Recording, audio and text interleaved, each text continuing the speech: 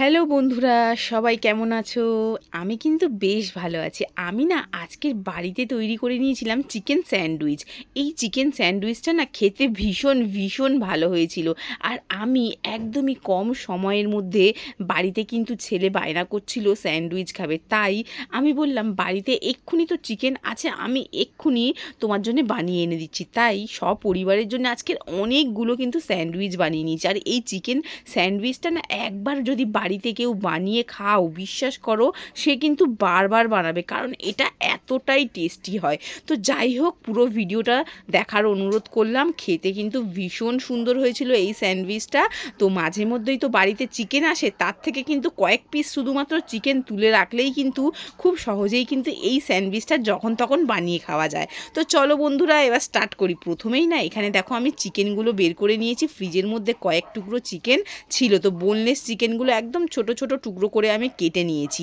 আর এদিকে কড়াইয়ের মধ্যে আমি অল্প তেলের মধ্যে বেশ খানিকটা পেঁয়াজ কুচিয়ে দিয়ে দিয়েছি। এখানে অনেকটাই পেঁয়াজ দিয়েছি আমি, 3 থেকে 4টে পেঁয়াজ আমি কুচিয়ে দিয়ে দিয়েছি। এইটাতে একটু পেঁয়াজের পরিমাণটা আর কি বেশি লাগে।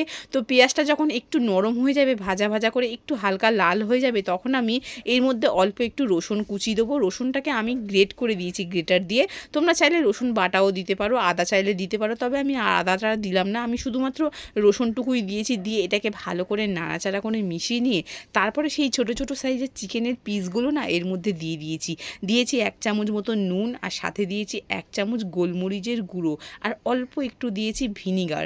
তো ভিনিগারটা দিলে না এর স্বাদটা একটু ভালো লাগে। আর সাথে দিয়ে দেবো 1 চামচ মতন সয়া সস। তো সয়া সস আর ভিনিগারটাকে দিয়ে এটাকে ভালো মতো নাড়াচাড়া করে খানিকক্ষণ রান্না করে নেবো, মিশিয়ে নেব। আর আমি এর মধ্যে একটু কালারটা আনার জন্য আমি এর মধ্যে সামান্য একটু দিয়েছি না লঙ্কার গুঁড়ো। তো তোমরা চাইলে এটাকে স্কিপ করে দিতে পারো, কাঁচা লঙ্কা দিয়েও বানাতে পারো। তো একটু কালারটা ভালো আসবে বলে আমি একটু লঙ্কার গুঁড়ো দিলাম, আর একটু স্পাইসি হবে, দারুণ খেতে লাগবে। ব্যাস, এবার কিন্তু এটাকে ভালো মতো নাড়াচাড়া করে খানিকক্ষণ এটাকে রান্না করে নিলেই কিন্তু তৈরি হয়ে যাবে এই চিকেনের পুরটা। আর এই চিকেনের পুরটা না বানিয়ে রাখলে না ফ্রিজের মধ্যে যাদের সকালে সময় থাকে না, তাড়াহুড়োর সকালে বাচ্চাদের টিফিনে বা সকালে যখন খুশি জলখাবারে এটা বানিয়ে নিতে পারো, তখন কিন্তু তারা কিন্তু এই চিকেনের স্টাফিংটা কিন্তু বানিয়ে ফ্রিজে রেখে দিলে আর যখন খুশি তখন কিন্তু ব্রেডের মধ্যে দিয়ে এটা সেঁকে নিলেই কিন্তু তৈরি হয়ে যায়। তো যাই হোক, আমি কিন্তু এদিকে কিন্তু চিকেনটা কথা বলতে বলতে কিন্তু আমার রেডি হয়ে গেছে। আর কালারটা এখন কিন্তু চিকেনের দারুণ এসে। আর আমি না অল্প একটু টমেটো কেচাপ দিয়েছিলাম, এতে না এটার দারুণ একটা টেস্ট আসবে। তো মোটামুটি চিকেনটা আমার সেদ্ধ ভাজা ভাজা মতন কমপ্লিট হয়ে গেছে। আর এদিকে সমস্ত কিছু আমি গুছিয়ে নিয়েছি। আর আমি না একটু বাড়িতেই মেয়োনিজ বানিয়ে নিয়েছিলাম, কারণ বাইরের মেয়োনিজগুলো তো না প্রচুর পরিমাণে তেল থাকে। তাই বাড়িতে আমি খুব সহজেই একদম তেল কম দিয়ে কিভাবে মেয়োনিজ তৈরি করা যায় সেটাই তোমাদেরকে দেখিয়ে দিচ্ছি। তো প্রথমে আমি এখানে 2টো ডিম সেদ্ধ করে নিয়েছি, আর মিক্সিং জারের মধ্যে ডিম দুটোকে কেটে নিয়েছি। পরিমাণ মতো নুন দিয়েছি, আর 1 চামচ চিনি দিয়েছি, 1 চামচ দিয়েছি এখানে গোলমরিচের গুঁড়ো, আর সামান্য একটু টমেটো কেচাপ দিয়েছি। আর আমি না 1 চিমটি মতন একটু দিয়েছি বাটার। তোমরা চাইলে সাদা তেল দিতে পারো, তবে আমার মতে বলে বাটার দিয়েই বানাবে, বাড়িতে যেহেতু বানাচ্ছ তাহলে অত অয়েলি না দেওয়াই ভালো। আর সামান্য দিয়েছি হাফ মতন লেবুর রস মিশিয়ে দিয়েছি। দিয়ে এইটাকে মিক্সির মধ্যে একদম ঘুরিয়ে নিয়েছি। তো মেয়োনিজটা একদম দারুণ কিন্তু ক্রিমি ভাব চলে এসেছে। সত্যি কথা বলতে মেয়োনিজটা আমি আর ছেলে টেস্ট করার পরে মনে হলো এটা বাইরের মেয়োনিজ থেকে এই বাড়িতে বানানো মেয়োনিজটা যেন আমার কাছে বেশি ভালো লাগছে। তো যাই হোক, এবার কিন্তু পাউরুটির স্লাইসগুলো আমি নিয়ে নিয়েছি। আর প্রথমে এই মেয়োনিজটা না ওপরে এইভাবে না একটু বেশি পরিমাণের করে এই স্লাইসগুলোর মধ্যে দিয়ে দেবো। আর হ্যাঁ, তোমরা যারা মেয়োনিজ খেতে পছন্দ করো না, তারা কিন্তু এর ওপর থেকে না পাউরুটির মধ্যে না একটু বাটার দিয়ে দিতে পারো।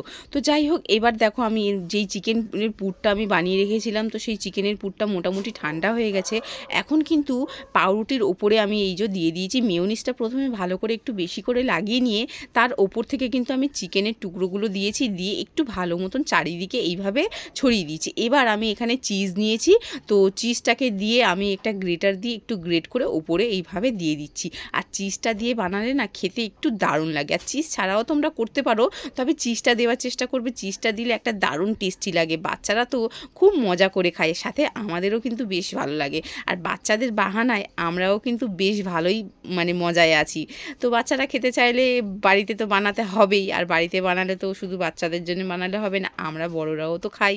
তো যাই হোক, এবার কিন্তু তারপরে দেখো 2টো ব্রেড আমি এইভাবে বানিয়ে নিয়েছি, আর তার মধ্যে আবার 2টো ব্রেড ব্রেডের উপরে কিন্তু এইভাবে কিন্তু আমি মেয়োনিজটাকে লাগিয়ে নিচ্ছি। তারপরে ওর উপরে কিন্তু ব্রেডগুলো এরকম চাপিয়ে দিলাম। ব্যাস ব্যাস দুটো আমি রেডি করে ফেলেছি। এখন এই দুটো আমি আগে সেঁকে নেব। তো প্রথমেই দেখো তাওয়ার মধ্যে না আমি অল্প একটু বাটার দিয়েছি, দিয়ে কিন্তু উল্টো দিকটা সেঁকে নিয়েছি, আর ওপর দিকে না আরও একটু বাটার দিয়ে দিয়েছি, দিয়ে এটাকে উল্টে পাল্টে লাল লাল করে কিন্তু সেঁকে নিচ্ছি। দেখো বন্ধুরা কত সুন্দর এটা কালারটা এসছে। তো এইভাবে বাটার দিয়ে এই ব্রেডগুলো সেঁকে নিলে না তাহলে কিন্তু বেশ ভালো লাগে। তো যাই হোক, আমার কিন্তু দুটো স্যান্ডউইচ তৈরি হয়ে গেল, আর একে একে সমস্ত স্যান্ডউইচ আমি এইভাবেই বানিয়ে নিচ্ছি। আর এই স্যান্ডউইচগুলো বানিয়েছি, আর ওপরটা না বেশ মচমচে হয়েছে। তাওয়ার মধ্যে আমি খানিকক্ষণ এটা রেখেছিলাম বাটার দিয়ে, তাই কিন্তু ওপরটা বেশ মচমচে হয়েছে, আর খেতে না দারুণ লাগছিল।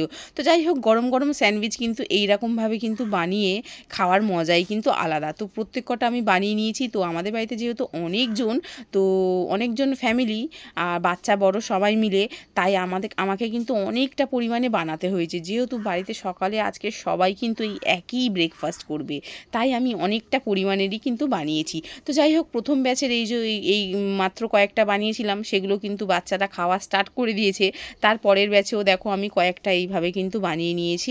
এবারে আমি একসাথে বেশ কয়েকটা বানিয়ে নিয়েছি। তো যে কটা ছিল, তো বাদবাকি সবগুলো কিন্তু একেবারে আমি এইভাবে সাজিয়ে নিয়েছি। এতে কিন্তু আমার কাজটা কিন্তু বেশ সুবিধা হবে। তারপরে দেখো আমি তাওয়ার মধ্যে বেশ অনেকটা পরিমাণে একটু বাটার দিয়ে দিয়েছি। তার কারণ প্রথম ব্যাচে না ভাজার সময় না বাটারটা একটু কম হয়েছিল, তাই এখন আমি বাটারের পরিমাণটা একটু বেশি দিয়েছি। দিয়ে কিন্তু যেহেতু একসাথে 3-4টে আমি ভেজে নেব, তাই বাটারটা আমি একটু বেশি পরিমাণেরই দিয়েছি।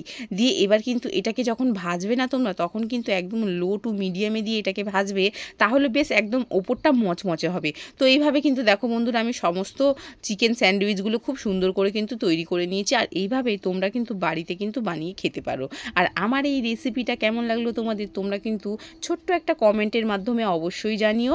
আর যারা আমার চ্যানেলে নতুন এসছো, নতুন আমার এই রেসিপিগুলো দেখছো, তারা কিন্তু অবশ্যই লাইকের পাশে চ্যানেলটাকে সাবস্ক্রাইব করে পাশে থেকো, তাহলে এইরকম নিত্য নতুন নানান রকমের রেসিপি রোজই দেখতে পারবে। আর সবাই কিন্তু সাপোর্ট করো আমাকে, আর ছোট্ট কমেন্ট করো একটা, আর পারলে বন্ধুদের কাছে এই ভিডিওটা শেয়ার করে দাও, যারা জানে না তাদেরকে জানার সুযোগ করে দাও। আর দেখো বন্ধুরা, একটা স্যান্ডউইচ আমি তোমাদেরকে কেটে দেখাচ্ছি, কতটা ইয়াম্মি হয়েছে, কতটা সুন্দর হয়েছে। সত্যি কথা বলতে হয় বলে বলছি নয়, খেতে কিন্তু সত্যিই ভালো হয়েছিল।